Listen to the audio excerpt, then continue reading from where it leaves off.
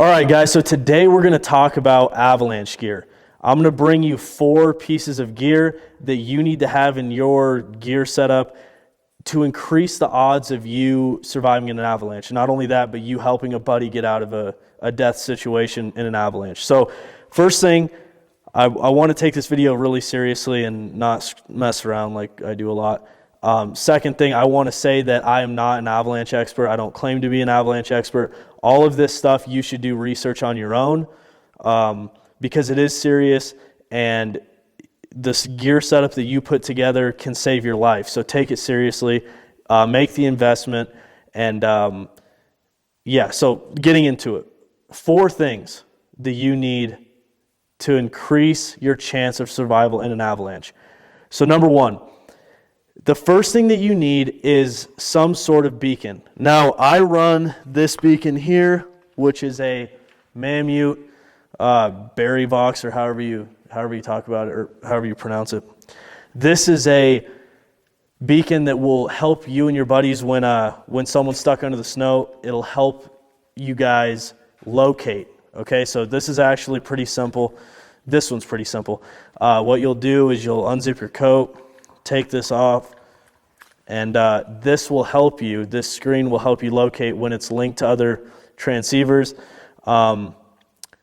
where they are in the snow. So it'll point an arrow, it'll tell you distance, and then through avalanche training, you can start to understand how to locate someone in the snow. Now, once you get as close as you can with this, then you pull out this that you need to have.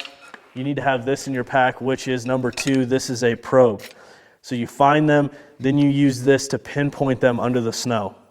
So you pull this out. This has a tab. This is a Mammut carbon probe. You'll throw this out, pull this cord, and it'll assemble. And then with this steel or metal of some sort point, you can stick it into the snow and try to locate whoever's buried. Obviously, going back to number 1, the beacon helps you if you're buried as well as if you're not buried, help locate someone else. The second thing is a shovel. I use this Mammut, I think this is an alligator something or other shovel. This is a super light shovel and it's big. I've used some BCA shovels that were good shovels, but they were a lot smaller and they were just as heavy as this one. So I like this one. It has a pretty sharp blade. It cuts right through hard snow. And after an avalanche, the snow is going to be hard. I don't know if you guys have ever seen snow at the bottom of a hill that has slid out. It compacts like concrete, so you need something that'll get through that, and this does a pretty dang good job. Not only that, but when you get stuck like I do all day, this shovel helps as an aid to get you unstuck. So the next thing that I like to carry, this isn't directly related to avalanches, but it's good to have in case of an avalanche or anything else that might happen, is this first aid kit, or a first aid kit. I carried this Altitude Sickness. This was by Altitude Sickness and Next Level, which is Dan Adams. They put together a pretty good kit. I've added a couple things to it. I'm not going to go over everything. If you guys want, just comment and I can tell you what's in it, but this has basic avalanche stuff, or basic first aid stuff. It has a tourniquet, scissors, paracord, bandages, some blood clot, some medicine, painkillers, stuff like that. So that's nice to have in case of an emergency or an avalanche. And then what I do is I carry all of this stuff in here. So this is the Highmark Charger X bag. I put my shovel here, shovel handle here, and there's a nice pocket in here for a probe, and then the canister goes inside of here.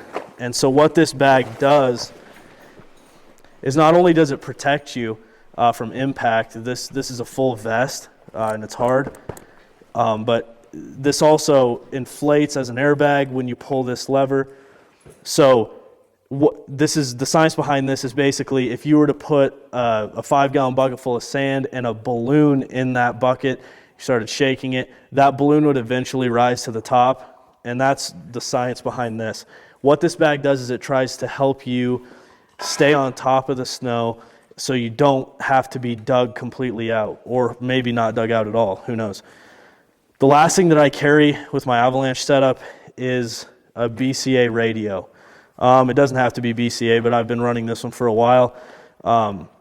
This thing works super well. You need to have it linked on the same channel as all your riding buddies. When you get into that sticky situation, the dog wants to play fetch, and I'm trying to do this. So when you get into a sticky situation, pull the bag, radio for help, and then do the best you can to stay on top of the snow. But you need a radio to communicate all over the mountain, so it's just part of the Avalanche setup. So that is everything that I carry. Obviously, the biggest thing is training and prevention of getting into that situation.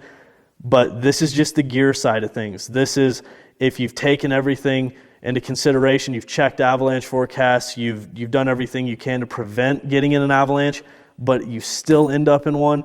This is the gear that hopefully saves you and your buddies. So take this very seriously. If you have any questions, comment. I'm not an avalanche expert, but I will answer to the best of my ability based on experience. And if you guys will follow us on Instagram, we post all the time there very consistently. We post anything from entertainment to serious education stuff. We're starting to, and we'd appreciate it. So thank you guys for watching this. Until next video, peace out. We'll try to see you on the snow, and let her eat.